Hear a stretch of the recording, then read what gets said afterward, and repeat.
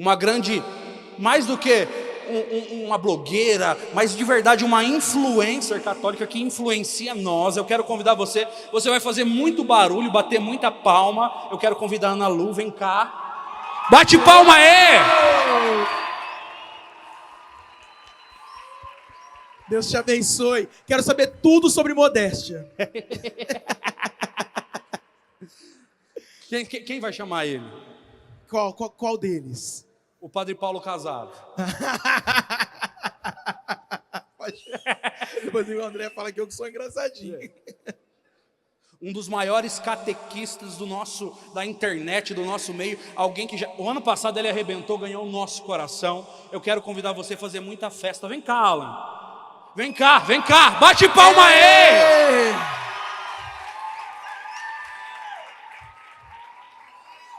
Por último, não menos importante. Deixa que eu chamo esse aí, porque, gente, o maior podcast do Brasil. Chama aqui Everton no barco. Aê!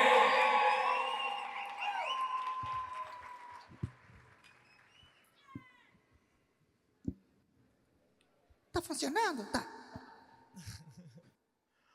Vamos começar? Começa você. Vocês já sabem como funciona, acho que só você, Ana Lu, que é a primeira vez, né? Seja bem-vinda, todo mundo deu uma salva de palmas para ela, né? Oi? Ok. Eu queria que vocês primeiro se apresentassem, falassem quem são vocês, da onde vocês são, como começou o apostolado de vocês, principalmente na internet. Conta pra gente aí. E aí, gente, estou muito feliz em estar aqui. Quero agradecer ao pessoal que me convidou. Para quem não me conhece, eu me chamo Ana Luísa, tenho 23 anos e eu tenho um apostolado lá no Instagram, no YouTube também agora comecei, onde eu falo sobre feminilidade, modéstia. E tudo começou quando eu tive um processo de conversão ainda mais profundo em 2018, quando eu fui tocada por Nossa Senhora num culto protestante. Todo mundo fica falando assim, como isso pode ter acontecido, né? Num culto onde muitas vezes desprezam Nossa Senhora. Pois é, eu cheguei lá por influência na época de um namorado, que era evangélico, me convidou.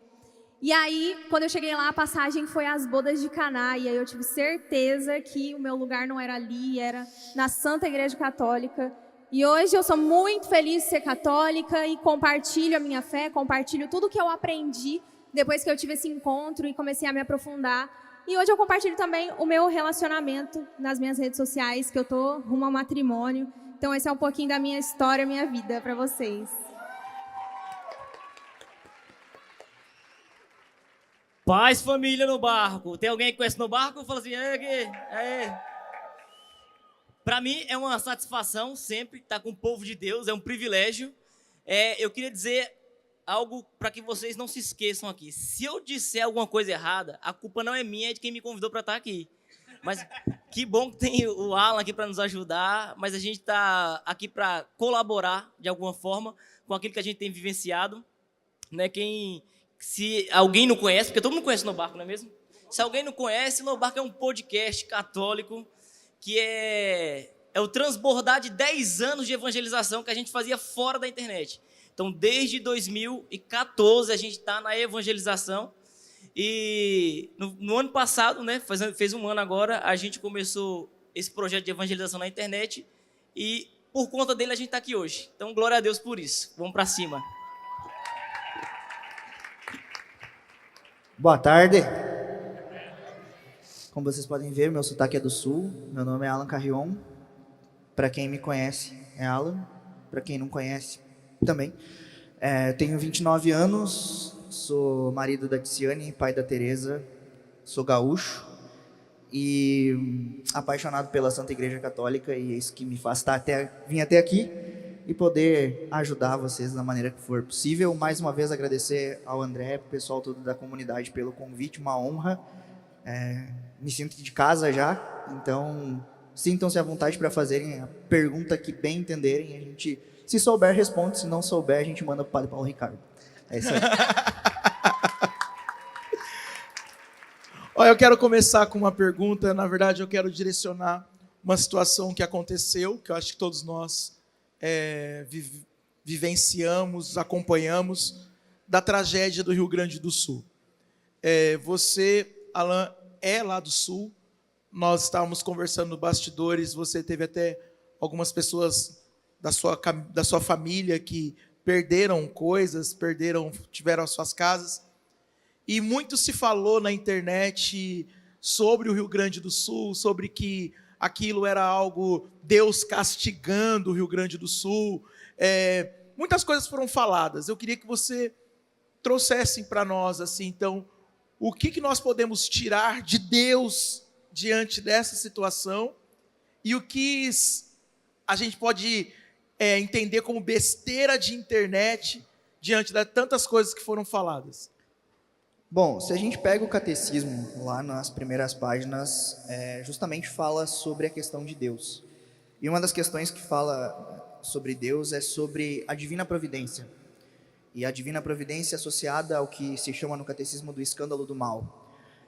E o catecismo ele usa uma frase de Santo Agostinho, muito impactante, que faz com que a gente pense de fato as coisas. Que Deus é soberanamente bom para que da própria permissão para que o mal exista, ele possa tirar um bem maior. Não acho que é improdutivo entrar na questão de ser castigo divino, de Deus estar pesando a mão enquanto pessoas estão perdendo suas casas, pessoas que eu conheço, pessoas de grupo de oração, pessoas com vida santa, pessoas com retidão de caráter, está sendo castigada por algo que não está fazendo. A questão é, Deus permitiu que isso acontecesse, ponto. Do que se pode tirar? A gente vê que nessa tragédia inúmeras pessoas passaram a confiar mais em Deus. Nós vimos que mesmo num dos piores séculos de moralidade, ou melhor, no século da imoralidade ou amoralidade, como preferirem, a gente vê que as pessoas se despiram de si mesmas para ajudar o outro. Então a gente vê a mão de Deus ali. Talvez essas coisas aconteçam para que a gente possa compreender aquilo que Deus quer de nós, ou seja, que nós possamos regressar a Ele. Então eu vejo essa questão não como um castigo, mas como uma permissão para que do mal a gente possa olhar para Deus e ver o bem que Ele está causando na vida de quem foi ajudado, na vida de quem perdeu tudo. Porque, nossa, é muito fácil você dizer, mas como é que o cara vai agradecer a Deus se ele perdeu tudo? Lembra de Jó, né? Deus deu, Deus tira. Sempre louvado o nome do Senhor. Bendito seja o nome do Senhor. Então, é um momento muito difícil que nós vivemos lá no nosso estado. A gente sempre pede as orações de vocês, porque, graças a Deus, lá na nossa cidade não foi tão afetado onde a gente mora. E, infelizmente, a cidade que a gente mora ela é conhecida por uma outra grande tragédia, que foi a da Boate Kiss. Então, no primeiro momento que aconteceu toda a tragédia, todos os olhos se direcionaram para a cidade de Santa Maria, né, com um olhar de outra tragédia lá.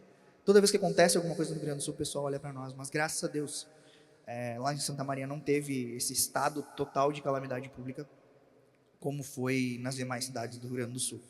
Cidades que foram completamente submersas.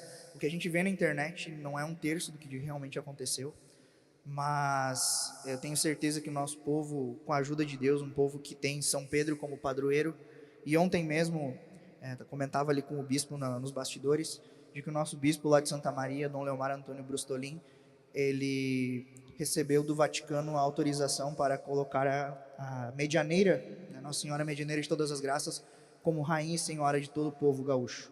Então nós não estamos desamparados, porque temos São Pedro como nosso padroeiro, temos Nossa Senhora Medianeira de Todas as Graças como a senhora do nosso povo, e sobretudo temos Deus que nunca nos desampara. Então é isso que nos faz seguir para frente, é isso que vai nos fazer reerguer o nosso estado.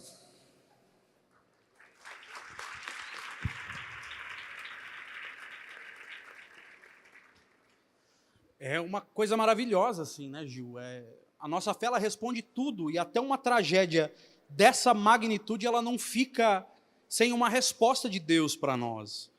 Uma vez, lendo um livro sobre a providência, e uma frase de um santo que eu sempre lembro quando acontece alguma coisa muito ruim, que ele fala que Deus é quem sabe de tudo, a gente não sabe de nada. E se nós soubéssemos o que Deus sabe, nós pediríamos exatamente o que Ele tem nos dado. E não ficaríamos questionando muito a respeito disso. e algo mesmo assim para a gente levar mesmo, uma grande catequese, como o bispo nos ensinava. A grande catequese que nós precisamos ter é entender que Deus nos ama, e Deus nos ama de verdade, e até a permissão do mal é uma manifestação do amor de Deus para conosco, e se nós tivermos um olhar de fato atento, um olhar espiritual, nós vamos captar o bem nisso. Eu queria saber, tem alguém que tem alguma pergunta aí, que já quer fazer? Alguém que está com um microfone aí? O moço ali tá com a... Entrega para ele aí, Caião. Boa tarde a todos. Boa tarde. Eu queria fazer a pergunta mais especificamente para o Alan. Não existe uma previsão nos documentos da igreja sobre a mulher servir ao presbitério. O único documento que tem é do Papa Francisco, que ele fala um moto próprio, que ele fala que vai promulgar um documento. Queria saber sua visão sobre isso. Bom, a minha opinião sempre vai ser a opinião da igreja. Se o bispo, diante de uma permissão que vem do Vaticano, é liberado para que mulheres sirvam ao presbitério, então faça-se. Né? Não cabe ao leigo, em determinados pontos, ficar assim, caçando coisinhas, entendeu? Porque... assim, vamos ser objetivo. O que isso prejudica a nossa fé? O que isso prejudicaria a nossa fé diretamente? Entende? Claro, a partir do momento que houver um documento que venha diretamente do Vaticano dizendo assim, bom, assim faça-se. O que a gente tem hoje é que existe uma permissão em casos excepcionais. E aí a gente vai entrar sempre na questão, tá, mas se é caso excepcional e tem lugares que não tem meninos em falta, por que se tem as mulheres servindo? Enfim, mas isso é uma questão que é muito mais do bispo e da permissão que foi dada a ele do que propriamente nossa, entende? Cabe a nós respeitar. A questão do serviço ao altar, isso precisa ficar muito claro, porque que ela é muito mais voltada aos homens e particular a eles, é porque é uma forma de incentivo ao sacerdócio. É uma forma de incentivo às vocações sacerdotais. Então você vê, começa com coroinha, vai para o acólito, daqui a pouco está lá no seminário. Louvado seja Deus, sendo seminarista, logo mais um padre, se for da vontade de Deus, bispo e talvez até papa. Entende? Então o que nos cabe nesse momento é esperar. Não está havendo um abuso litúrgico, isso precisa ficar claro, porque há permissão nos casos de excepcionalidade. Pode haver excessos em determinados pontos. A minha visão é essa. Eu sou muito partidário do Roma locuta causa finita est. Só que a questão é que a gente não tem um documento para dar ponto final. A exceção é que não você lê o Código de Direito Canônico. Você vai ver lá no Código de Direito Canônico, vários cânones são dotados de um asterisco. Por quê? Porque tem cânones que são aplicáveis a determinadas igrejas, com as igrejas particulares, e outras que você vai ver lá na notinha de rodapé, caso houver aprovação das conferências episcopais, tarará, tarará, tarará. Então, muitas vezes é isso que acontece. Aí você vai ter diversos casos disso. Por exemplo, há pessoas que se apegam a isso para a questão de palmas na missa, entre tantas outras coisas. Que, ao meu ver, hoje, falando assim, nós estamos aqui no dia 1º de junho de 2024, não é o grande centro do nosso problema. A gente precisa, na verdade, agradecer que tem pessoas, seja homens ou mulheres, servindo ao altar. Por quê? Porque a gente está passando por um tempo de esvaziamento moral, de esvaziamento da fé e esvaziamento principalmente de referências. A gente muitas vezes procura no clero uma referência que a gente não está encontrando.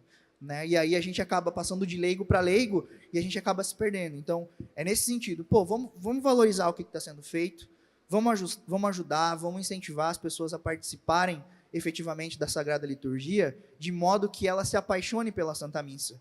Então, se talvez hoje aquela menina que está servindo, num caso excepcional de permissão para o bispo, se ela dali para frente, quem sabe pensar em entrar num Carmelo, num qualquer convento, imagina, então é uma chance que está tendo para ela. Então a gente tem sempre que ver as coisas pelos dois lados. É claro que o Espírito Santo nunca vai soprar algo contrário a ele mesmo, entende? Só que a gente tem ali um caso que é a própria igreja dando a liberdade dos bispos nas suas igrejas locais para que mulheres sirvam ao altar. O Gil pediu para mim completar. Pode aplaudir. Vamos lá. Se eu puder contribuir de alguma forma, né? Falava sobre isso ontem com o pessoal do Nobar. E me lembrei agora, porque a ordem é um sacramento, né? Então é a manifestação material de uma graça invisível. Então o sacerdote de sexo masculino, ele prefigura expressamente, imediatamente, aquilo que é o supremo sacerdote, nosso Senhor Jesus Cristo. Então, de modo visível, a gente consegue acessar de forma mais perfeita quando um homem assume o ministério sacerdotal, porque ele prefigura a imagem do próprio Cristo.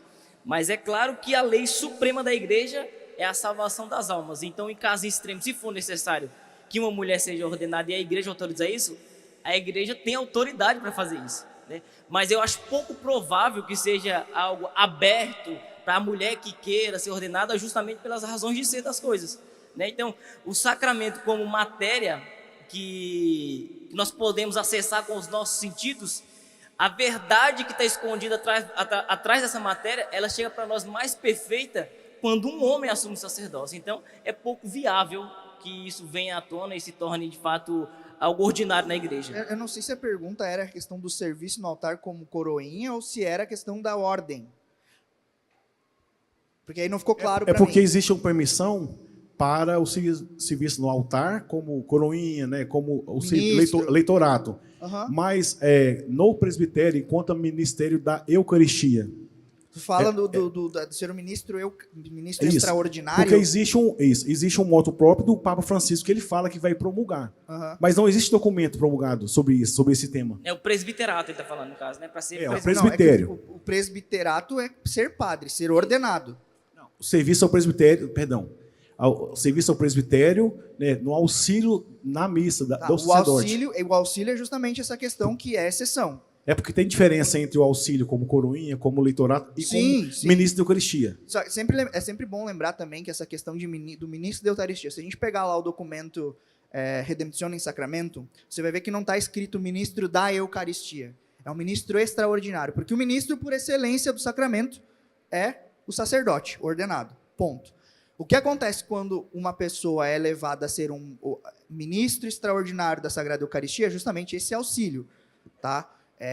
Como a gente fala, é preferível, por conta dessa questão visível que o Everton falou, que seja homem, né? Na tradição da igreja sempre foram os homens, principalmente por conta dessa questão da possível ordenação no futuro, tá?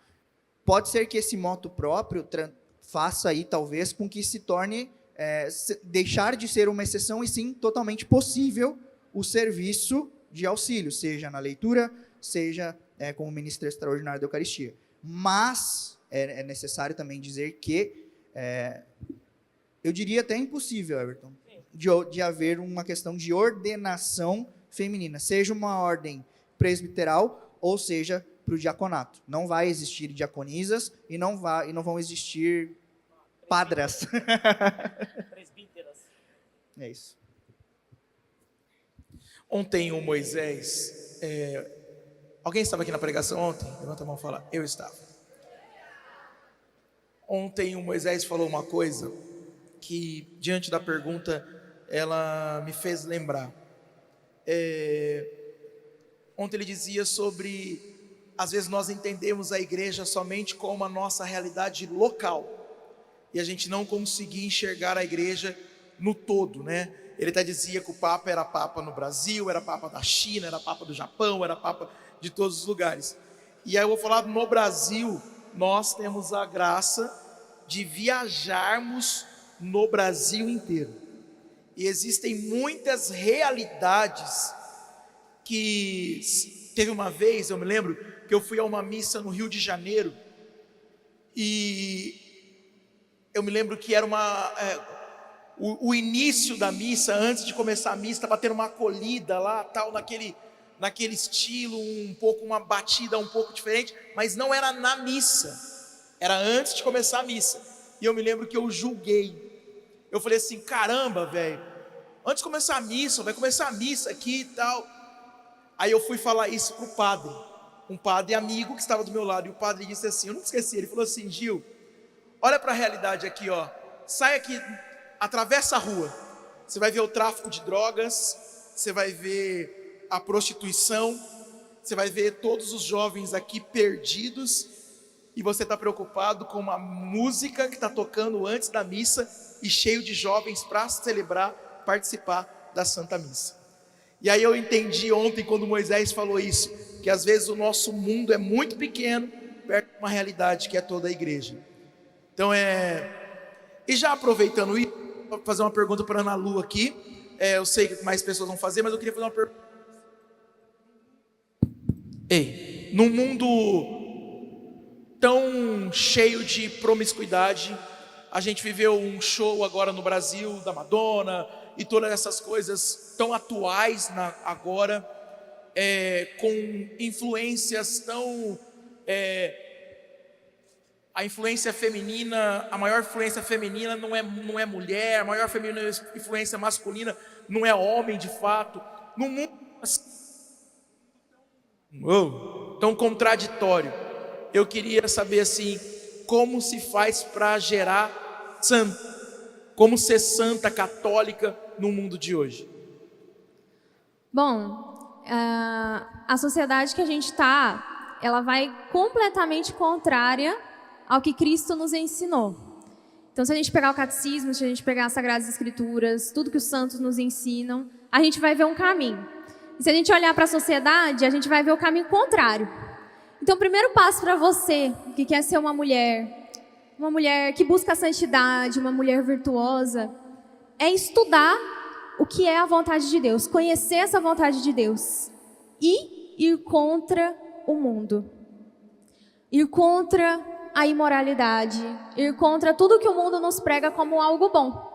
O que o mundo prega como algo bom? Promiscuidade, bebedeira, relacionar com qualquer pessoa, né? Muitas vezes você vai numa balada em uma noite, fica com 30 pessoas, e isso não é brincadeira, é realidade. Na minha adolescência, eu não tive a oportunidade, graças a Deus, de ir em muita balada, mas nas que eu fui, nas festas que eu fui descobrindo que 30 numa noite era pouco, era realidade.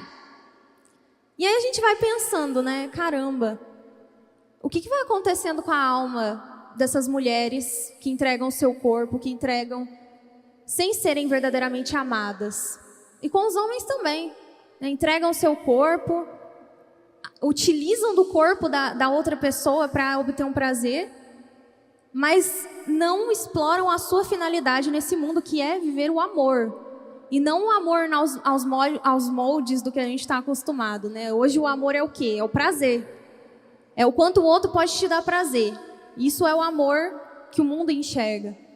Mas o verdadeiro amor, o verdadeiro sentido do amor é a entrega, é a doação. É amar a alma do outro. Lá no meu perfil, né, eu falo muito sobre modéstia, que é cuidado da vestimenta, né, enfim.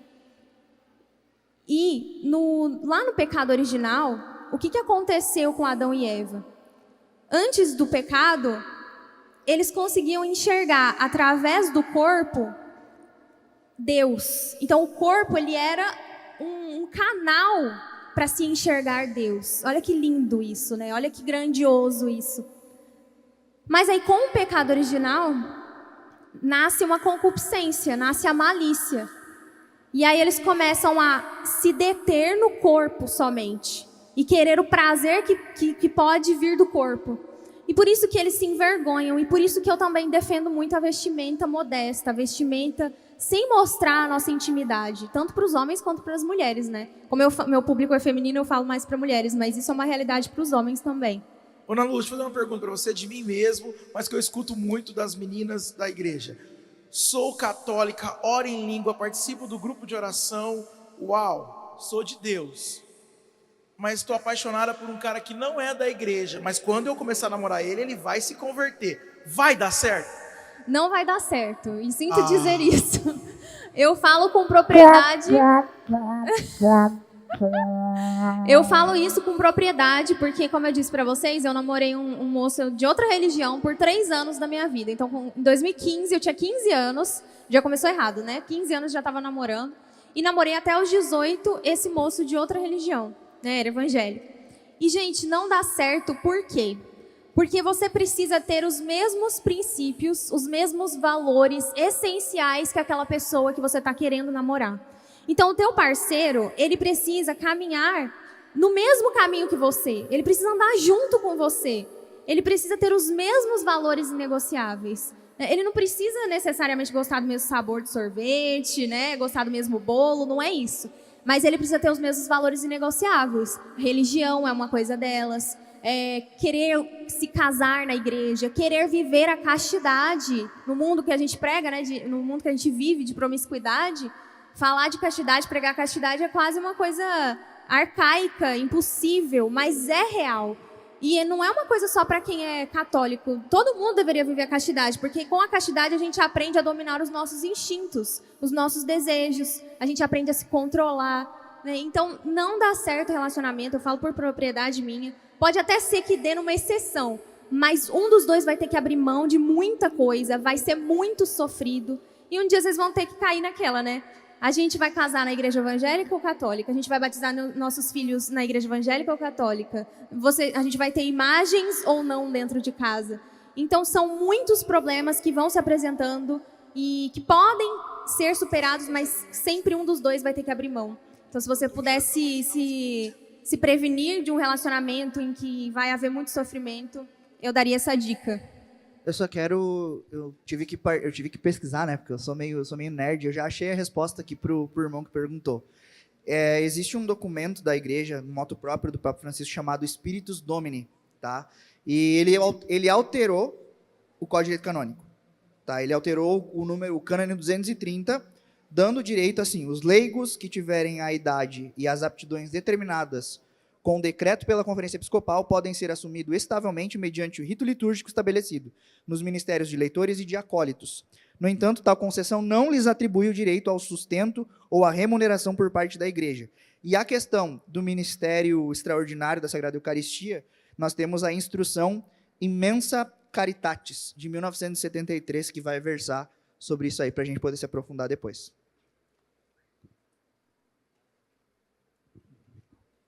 Dê aí, pô. Pode aplaudir, viu, gente? Ana Lu, mandaram umas perguntas para você aqui. Ai, meu Deus. O pessoal está querendo saber como foi a sua conversão. Acho que você já falou um pouco, né? Falei.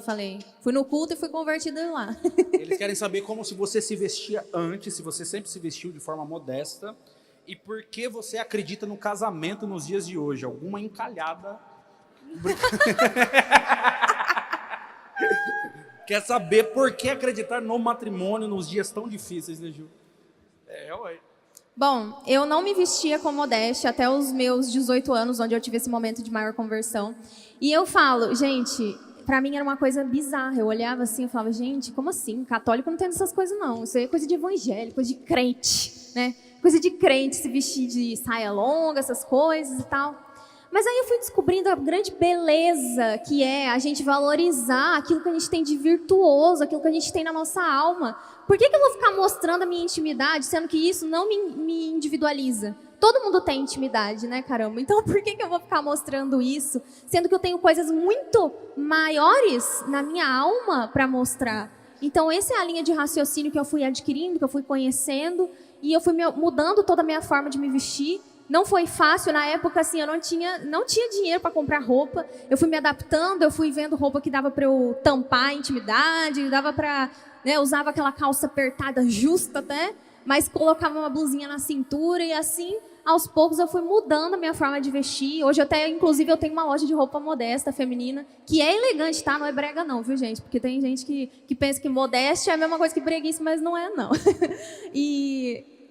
Tá bom, pode aplaudir, então. E rapidinho sobre o casamento, né? Por que eu acredito no casamento? Porque esta é a minha vocação, né? Eu nasci com essa vocação e essa vocação é linda, ao contrário do que muitos pensam, né? Nossa, o casamento não vai dar certo, o casamento todo mundo separa, o casamento é muito sofrimento, é só briga, é só dificuldade. Não é isso que eu penso. né? E se um dia alguém te falou que o casamento só vai te trazer briga, que o casamento vai ser um lugar de problema, que o casamento vai ser triste, que depois que você casar, nossa, acabou, né? Porque enquanto namora tá bom. Tem muita gente que fala isso, né? Enquanto namora tá bom, depois que casa você vai ver. Ih, ó, vai tudo por água abaixo. Não acreditem nesse tipo de pensamento de pessoas que se frustraram porque não viveram bem a sua vocação. Essas pessoas não souberam se entregar na sua vocação. Elas não souberam amar verdadeiramente, não no sentido de prazer, mas no sentido de se doar, no sentido de se entregar, no sentido de renunciar o querer ser feliz e entregar o fazer o outro feliz. Esse é o sentido do matrimônio, é nisso que eu acredito. E o matrimônio, ele é amar o outro, né, e se doar pelo outro como Cristo se doou pela igreja, né, e a mulher ser submissa ao marido como a igreja é a Cristo. Então é nisso que eu acredito e é isso que eu quero levar as outras pessoas também a crerem.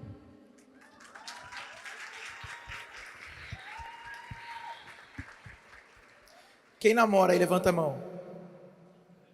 Pode pedir em casamento, vamos casar, ok? Tira o pé do van. Sobre mim, não é sobre mim. Ó, vou fazer uma pergunta para você, Everton. Mandaram aqui. Por que a necessidade de se confessar com um padre se eu posso me confessar direto com Deus? Eu lembro de um ensinamento de São João Crisóstomo, que ele dizia o seguinte: um anjo, ao ouvir os nossos pecados, uma confissão expressa dos nossos pecados, ele conhecendo a glória de Deus, escutando as ofensas que o homem comete contra Deus diretamente, ele, sem pensar duas vezes, ele dizimava o homem. Porque para o anjo, que não é uma realidade composta, o anjo é um espírito puro, não é composto como o homem que tem um corpo e uma alma, ele não consegue ter compreensão humana do que é cair no pecado e ofender a Deus. E é o próprio São João Crisóstomo que ensina: bendito seja Deus em sua misericórdia, que fez de confessor dos homens outro homem, porque conhece o material que o pecador foi feito. Então ele fala assim: para confessar o homem, necessariamente precisava ser outro homem que conhece a limitação de cada um de nós, né? E como eu estava falando, o veículo próprio do conhecimento da verdade, para nós que somos seres também material físico, é a materialidade. A matéria, ela me ajuda a conhecer aquilo que é verdadeiro, que está para além da matéria. Então, por exemplo, tudo que está na minha consciência, está na minha consciência porque antes passou por um dos meus sentidos. Ou eu ouvi, ou senti o cheiro, ou toquei, ou comi. Tudo que está, então, no meu intelecto, na minha razão, na minha consciência, passou por um dos meus sentidos. Então, não seria diferente um meio pelo qual Deus santificaria as almas após a culpa que você comete por iniciativa própria, diferente do pecado original que você herdou ele. Então, todos os pecados que você comete por ação própria, por iniciativa sua, é por esta via que também ela é redimida. Porque Cristo, ele se fez matéria para que a gente pudesse acessar uma verdade que a gente não podia tocar. A verdade se encarnou.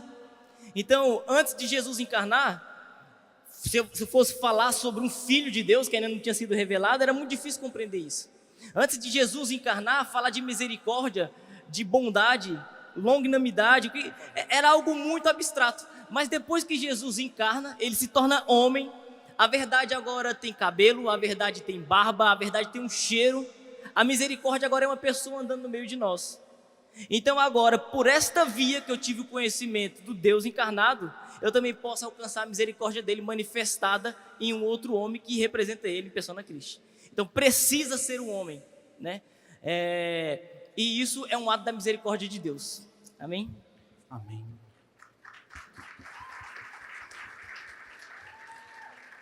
Eu estou com umas 5 perguntas aqui para os 3 sobre o mesmo assunto. Eu vou fazer elas aqui, as melhores. A primeira pergunta é de uma pessoa que perguntou: o que vocês acham do Papa Francisco ter falado que tem muita bichice nos seminários e que tem que expulsar os homossexuais de lá. A segunda é uma pessoa perguntando sobre como acolher homossexuais na igreja, sem ferir a pessoa e sem ferir a igreja. E uma terceira é de uma pessoa que diz assim: eu sou transexual operado e não consigo me encontrar na igreja. O que fazer? Para os três. Essa pergunta fácil de responder. Só né? coisa boa. Facinho. Tá, vamos lá, por ordem. Papa Francisco é ser humano, antes de qualquer coisa. Então ele vai falar de maneira comum, assim como ele vai falar de maneira solene. O que acontece ali é que era um encontro privado em que ele se referiu desta forma. O termo não é nem exatamente esse, porque é um termo que existe só em italiano. Ok? Então, foi um excesso, pediu perdão, conta zerada. Tá? Isso é um ponto. Todo mundo aqui que está sentado já cometeu um excesso, seja falando nesse sentido ou em outro sentido. Faz parte da humanidade, pediu perdão, recomeça. Sobre a questão, e aí trazendo 2 pontos da homossexualidade em si. Tá? O que o catecismo nos ensina lá nos números 23, 56, 57, 58, 59, a respeito da sexualidade humana? Tá? A gente não tem como entrar e fazer uma aula aqui só sobre a questão da natureza, etc., o que é natural, o que é antinatural, enfim. Ponto é que a igreja reconhece que existem pessoas com uma tendência homossexual profundamente enraizada. Ou seja, a pessoa não escolhe sentir atração por uma pessoa do mesmo sexo, ela simplesmente sente. No entanto, quando a igreja fala que o ato homossexual é um ato profundamente desordenado, ele está dizendo que está fugindo da ordem desejada por Deus. Então, por exemplo, você não vai ver de uma laranjeira sair uva. Você não vai ver de uma limoeira sair mexerica. Então, essa é a questão. Há uma ordem natural em tudo aquilo que Deus criou. Ponto. Então, não é que o homossexual, ou seja, a pessoa que sente atração, ela deve ser retirada da igreja. Pelo contrário, o que a igreja fala? Claramente no número 2359, salvo engano, do catecismo, posso estar enganado. Mas ela vai dizer que precisa se evitar todo e qualquer tipo de discriminação injusta com essa pessoa. Porque você vai ver em todos os documentos da igreja, a igreja não se refere aos homossexuais, mas à pessoa homossexual. Porque antes de uma orientação sexual, ela é um ser humano. E sendo um ser humano, se nós lermos a doutrina social da igreja, de A a Z, nós vamos entender que a igreja trata o ser humano com uma dignidade infinita. Por quê? Porque fomos feitos à imagem e semelhança de Deus. Okay? E toda a nossa tendência para a desordem nada mais é que uma consequência do pecado original que nós herdamos. Então, há pessoas que vão ter uma questão de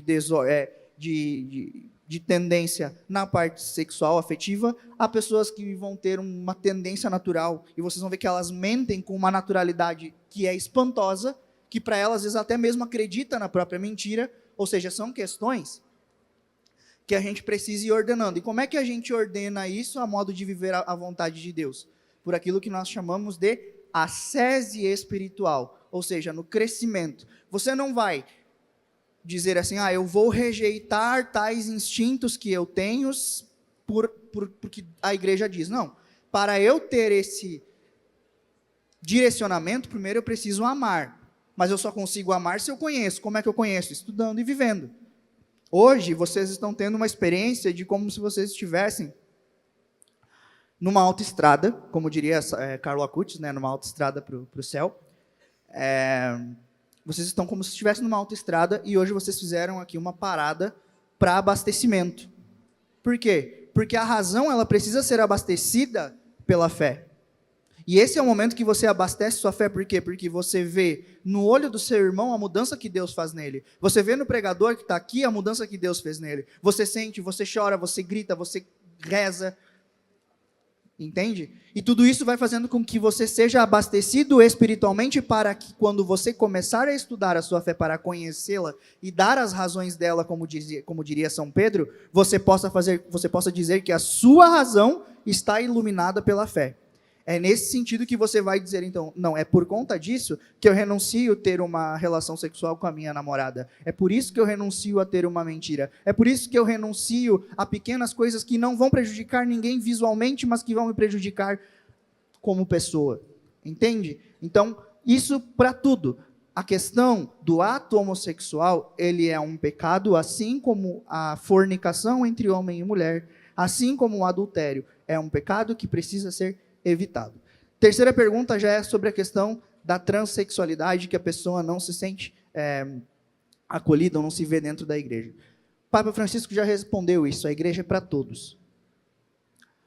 Engana-se quem vê a igreja como um palácio de perfeitos. A igreja ela é um hospital. Porque na própria Bíblia, se você pegar a sua Bíblia, aí você vai ver que Cristo vai dizer, eu não vim para os sãos, mas para aqueles que estão doentes. Porque não são os sãos que precisam do médico, mas aqueles que estão doentes, e a igreja é esse hospital. O problema nesse sentido é que muitas vezes, é que nem aquela criança que precisa tomar uma bezetacil porque está com dor de garganta, mas dói. Ou seja, quando você precisa aderir ao tratamento que o seu hospital está te passando, você rejeita porque esse tratamento dói, ele exige, é como você tomar aquela injeção mais dolorida que tem. E a gente quer evitar a dor. Eu tenho trauma de agulha até hoje, eu vejo uma agulha e tenho vontade de chorar. Mas se eu não tomasse as injeções, eu não estaria aqui, provavelmente eu teria morrido, provavelmente eu teria um problema. Entende? Então, esse sentido.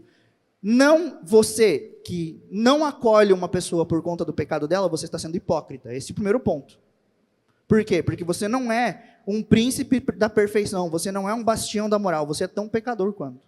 E você que está passando por esse processo, você tem que passar por um processo de o quê? Eu preciso entregar minha vida a Deus em primeiro lugar. Antes de pensar em todas as questões morais, eu preciso ter intimidade com Deus. Tendo intimidade com Deus, eu quero conhecer o porquê dessas coisas. A minha conversão se deu dessa forma. Eu vinha conversando com um protestante ontem no voo, e a gente estava falando sobre a questão de imagens, Maria, etc. E eu falei para ele, cara, eu vou te dizer muito sinceramente, as primeiras coisas que eu estudei sobre a igreja foram justamente isso que você está falando, sobre mariologia, sobre questão de imagens. Por quê? Porque eu também tinha bloqueio. Só que se o meu coração tem uma abertura para a verdade, eu vou te dizer uma coisa, a verdade ela é irresistível. E é por isso que a verdade é uma pessoa. Não é uma ideia. Por isso que não existem meias verdades. Por isso que é só uma verdade, a verdade absoluta.